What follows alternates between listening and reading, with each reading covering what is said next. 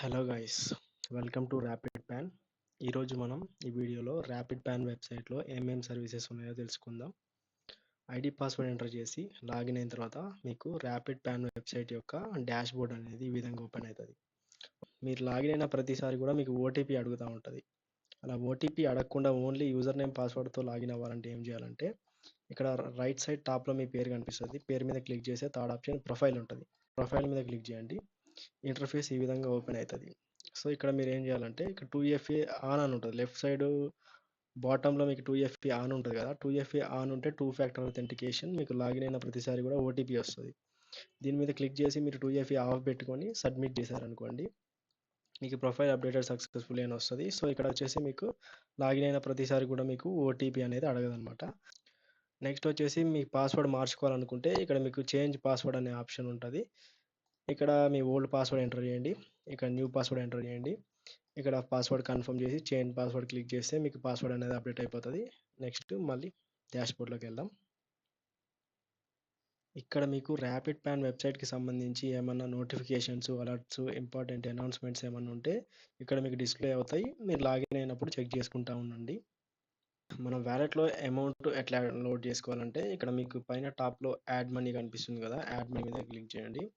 ఇక్కడ మీకు smart యూపీఐలో amount అడుగుతుంది. అమౌంట్ ఎంటర్ చేసేసి ఇక్కడ యాడ్ మనీ క్లిక్ చేస్తే మీకు క్యూఆర్ కోడ్ ఓపెన్ అవుతుంది. ఆ క్యూఆర్ కోడ్ని ఎనీ యూపీఐ ద్వారా స్కాన్ చేసి పేమెంట్ చేస్తే మీకు ఆటోమేటిక్గా అమౌంట్ అనేవి మీ వ్యాలెట్లోకి వచ్చేస్తాయి అన్నమాట. ఇందులో మనకి రీఛార్జ్ సర్వీసెస్ ఉన్నాయి. మొబైల్ అండ్ డిటిహెచ్ రీఛార్జ్ చేసుకోవచ్చు. ఎన్ఎస్డిఎల్ పేపర్లెస్ పాన్ సర్వీస్ ఉంది. ఓటీపీ లేదా బయోమెట్రిక్తో పాన్ కార్డ్ అప్లై చేసుకోవచ్చు. కరెక్షన్ కూడా అప్లై చేసుకోవచ్చు. యూటీఐ ఈ వ్యాలెట్ సర్వీస్ ఉంది, బట్ ఇది ప్రెజెంట్ వర్క్ అవ్వట్లేదు. వెహికల్ ఇన్సూరెన్స్ సర్వీస్ ఉంది. బైక్, కారు ఇన్సూరెన్స్ అప్లై చేసుకోవచ్చు. పాన్ కార్డ్ 2.0 సర్వీస్ ఉంది. దీని గురించి మనం తర్వాత తెలుసుకుందాం. ఇప్పుడు ఒక్కొక్క సర్వీస్ గురించి బేసిక్ ఇంట్రడక్షన్ తెలుసుకుందాం. ఎన్ఎస్డిఎల్ పేపర్లెస్ పాన్ కార్డు, ఇందులో వచ్చేసి మనం ఓటీపీ లేదా బయోమెట్రిక్తో పాన్ కార్డ్ అప్లై చేస్తాం. ఫిజికల్ ఫామ్స్ ఫిల్ చేయము. ఒరిజినల్ డాక్యుమెంట్స్ కూడా ఎవరికి సెండ్ చేయాల్సిన అవసరం లేదు. ఇక్కడ అప్లై పాన్ కార్డ్ ఉంది కదా, అప్లై పాన్ కార్డ్ మీద క్లిక్ చేయండి. మీకు ఇంటర్ఫేస్ అనేది ఈ విధంగా ఓపెన్ అవుతుంది. ఇందులో వచ్చేసి మనకి మొత్తం 4 రకాల అప్లికేషన్స్ ఉంటాయి. అవేంటంటే ఫస్ట్ వచ్చేసి eKYC pan card. EKYC pan card అంటే ఏంటంటే మనకి అప్లై చేసిన తర్వాత 1-2 అవర్స్లో మనకి పీడిఎఫ్ అనేది మెయిల్కి వచ్చేస్తుంది.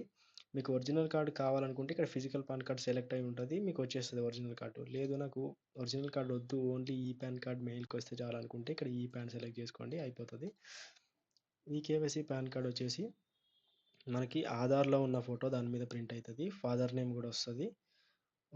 సిగ్నేచర్ వచ్చేసి మనం కార్డు మీద మాన్యువల్గా పెన్తో అయినా మార్కర్తో అయినా పెట్టుకోవాలి, ఎందుకంటే ఆ కార్డు వచ్చేసి డిజిటల్గా సైన్ అవుతుంది.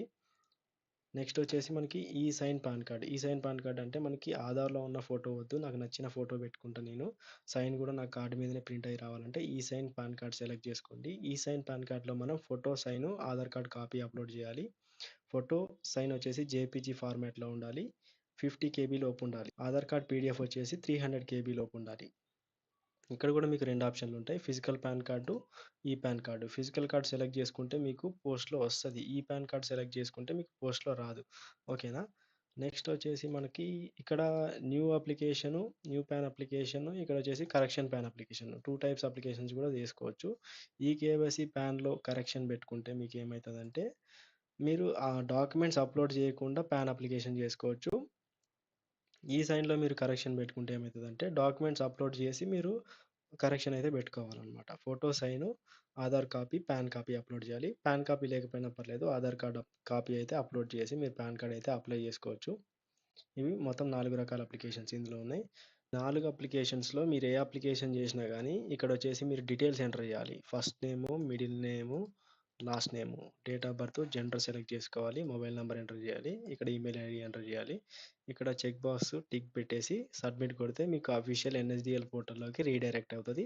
అక్కడ మీరు అప్లికేషన్ చేసేసి లాస్ట్లో ఓటీపీ లేదా బయోమెట్రిక్ అథెంటికేషన్ చేస్తే మీకు ఇక్కడ రిసిప్ట్ అనేది జనరేట్ అయిపోతుంది. నెక్స్ట్ మీరు అప్లికేషన్ చేసిన తర్వాత మీ అప్లికేషన్స్ ఎక్కడ ఉంటాయంటే ఇక్కడ ఎన్ఎస్డిఎల్ పాన్ కార్డ్లో అప్లై పాన్ కార్డ్ అనేది ఫస్ట్ ఉంటుంది. ఇక్కడ థర్డ్ ఆప్షన్ వచ్చేసి లిస్ట్ ఆఫ్ పాన్ కార్డ్ అనే ఆప్షన్ ఉంటుంది అనమాట. లిస్ట్ ఆఫ్ పాన్ కార్డ్లో ఇక్కడ మీరు ఏ రోజు చేసిన అప్లికేషన్స్ ఆ రోజు మీకు కనిపిస్తూ ఉంటాయి. మీకు ప్రీవియస్ అప్లికేషన్స్ కావాలంటే ఇక్కడ డేట్ రేంజ్ సెలెక్ట్ చేసుకొని ఇక్కడ సెర్చ్ కొడితే మీకు అప్లికేషన్స్ అన్నీ చూపిస్తాయి. నెక్స్ట్ పాన్ 2.0 ఉంది కదా, ఈ పాన్ 2.0 సర్వీస్ అనేది మనకి ఎందుకు యూజ్ అవుతుందంటే, మనకి యూటీఐ ఐడి లేకుండా యూటీఐలో పాన్ అప్లికేషన్ చేసుకోవాలంటే ఈ సర్వీస్ అనేది యూజ్ అవుతుంది. ఈ సర్వీస్ మనకి కొత్త పాన్ కార్డ్ చేసుకోవడానికి యూజ్ అవుతుంది, మైనర్ పాన్ కార్డ్ చేసుకోవడానికి యూజ్ అవుతుంది. ఇది వచ్చేసి ఫిజికల్ మోడ్ అనమాట. అంటే మనం ఫామ్ ఫిల్ చేసి ఫామ్ అప్లోడ్ చేయాలన్నమాట. ఇందులో ఫామ్ ఫిల్ చేయకపోయినా పర్లేదు, మీకు ఇక్కడ జనరేట్ అవుతుంది. దాన్ని ప్రింట్ తీసి కూడా మీరు ఫోటో సైన్ పెట్టేసి ఆధార్ కాపీ అటాచ్ చేసి మీరు అప్లోడ్ చేయొచ్చు. ఫస్ట్ మీరు ఈ అప్లికేషన్ని డీటెయిల్గా ఫిల్ చేసిన తర్వాత మీకు లాస్ట్లో సబ్మిట్ ఆప్షన్ ఉంటుంది. సబ్మిట్ క్లిక్ చేసిన తర్వాత మీకు రిసిప్ట్ అనేది ఒక వితిన్ 5 మినిట్స్లో జనరేట్ అయిపోతుంది. ఇది ఆటోమేటిక్ సిస్టమ్. వితిన్ 5 మినిట్స్లో మీకు జనరేట్ అవుతుంది. మీరు ఏదైనా మిస్టేక్ చేసి ఉన్నా కానీ, లేకపోతే ఆధార్ అథెంటికేషన్ ఫెయిల్ అయినా కానీ మీకు రిసిప్ట్ జనరేట్ అవ్వదు. వితిన్ 12 అవర్స్ వరకు కూడా మీకు పెండింగ్లోనే ఉంటుంది. మీరు ఈరోజు చేస్తే నెక్స్ట్ డే మీకు రిఫండ్ వస్తుంది. అప్పటి వరకు పెండింగ్లోనే ఉంటుంది. మీరు ఒకసారి పెండింగ్ ఉంది అప్లికేషన్ అనుకుంటే మీరు మళ్ళీ అప్లికేషన్ చేయొద్దు. పెండింగ్లో ఉన్నది అది ఫెయిల్ అయినా అవ్వాలి, సక్సెస్ అయినా అవ్వాలి. అయిన దాకా మీరు వెయిట్ చేయాలన్నమాట. ఇక్కడ మీకు అప్లికేషన్ సక్సెస్ఫుల్ అయిన తర్వాత మీరు ఏం చేయాలంటే, మీకు అక్నాలెడ్జ్మెంట్ రిసిప్ట్ వస్తుంది. అది డౌన్లోడ్ చేసుకోవచ్చు. అప్లికేషన్ ఫిల్ చేసిన అప్లికేషన్ కూడా వస్తుంది. దాన్ని కూడా మీరు తీసుకోవచ్చు. ఇక్కడ మీకు లిస్ట్ ఆఫ్ పాన్ కార్డ్ ఉంది కదా, ఇందులోకి వెళ్తే మీకు ఇక్కడ స్టేటస్ అనేది చూపిస్తుంది. ఫెయిల్ అయిందా, సక్సెస్ అయిందా, లేకపోతే మీరు అప్లికేషన్ డౌన్లోడ్ చేసుకోవడానికి కూడా మీకు ఇక్కడ స్టేటస్లో మీకు యాక్షన్లో కనిపిస్తుంది. యాక్షన్ మీద క్లిక్ చేసి మీరు డౌన్లోడ్ చేసుకొని అది మళ్ళీ మీరు ఆ ఫామ్ అప్లోడ్ చేయాలన్నా కానీ ఈ యాక్షన్లో మీరు అప్లోడ్ చేసేయచ్చు. ఇన్సూరెన్స్ పాలసీ వచ్చేసి మీరు ఇక్కడ అప్లై ఇన్సూరెన్స్ క్లిక్ చేస్తే ఇంటర్ఫేస్ ఇలా ఓపెన్ అవుతుంది. ఇక ఇన్సూరెన్స్ దేకో లాగిన్ అనే ఉంది కదా, ఇక్కడ క్లిక్ చేస్తే మీకు ఇన్సూరెన్స్ దేకో వెబ్సైట్కి రీడైరెక్ట్ అవుతుంది.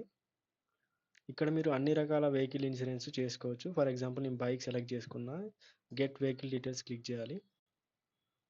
వెహికల్ డీటెయిల్స్ మీకు ఫెచ్ అవుతాయి.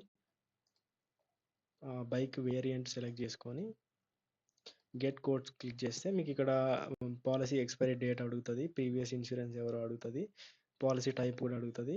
లేదా మీరు ఒకవేళ మీ ఇన్సూరెన్స్ ఎక్స్పైరీ 90 డేస్ కన్నా ఎక్కువ అయితే ఇక్కడ నో సెలెక్ట్ చేసుకొని కన్ఫర్మ్ అండ్ ప్రొసీడ్ క్లిక్ చేయండి. ఇక్కడ మీకు డిఫరెంట్ కంపెనీస్ యొక్క ఇన్సూరెన్స్ డీటెయిల్స్ అనేది మీకు కనిపిస్తూ ఉంటాయి. ఇక్కడ మీకు కమిషన్ ఎలా వస్తుందంటే, ఇక్కడ పాయింట్స్ ఉంది కదా, ఇక్కడ 120 పాయింట్స్, ఇక్కడ నిల్ పాయింట్స్, ఇక్కడ 311 పాయింట్స్, ఇక్కడ 144 పాయింట్స్. సో మీరు ఏది సెలెక్ట్ చేసుకోవాలంటే, దేనికైతే ఎక్కువ పాయింట్స్ ఉంటాయో దాన్ని సెలెక్ట్ చేసుకుంటే మీకు కమిషన్ వస్తుంది, ఎక్కువ వస్తుంది అనమాట. కమిషన్ ఎంత వస్తుంది అని మనం ఎగ్జాక్ట్గా చెప్పలేము. బట్ ఏంటంటే మనకి ఎక్కువ పాయింట్స్ ఉన్న దాన్ని సెలెక్ట్ చేసుకుంటే మనకి ఎక్కువ కమిషన్ వస్తుంది. మీరు అప్లై చేసిన ఇన్సూరెన్స్ పాలసీస్ యొక్క లిస్ట్ మీకు కావాలనుకుంటే ఇక్కడ లిస్ట్ ఆఫ్ ఇన్సూరెన్స్ ఉంటుంది. దీని మీద క్లిక్ చేసి చూసుకోవచ్చు.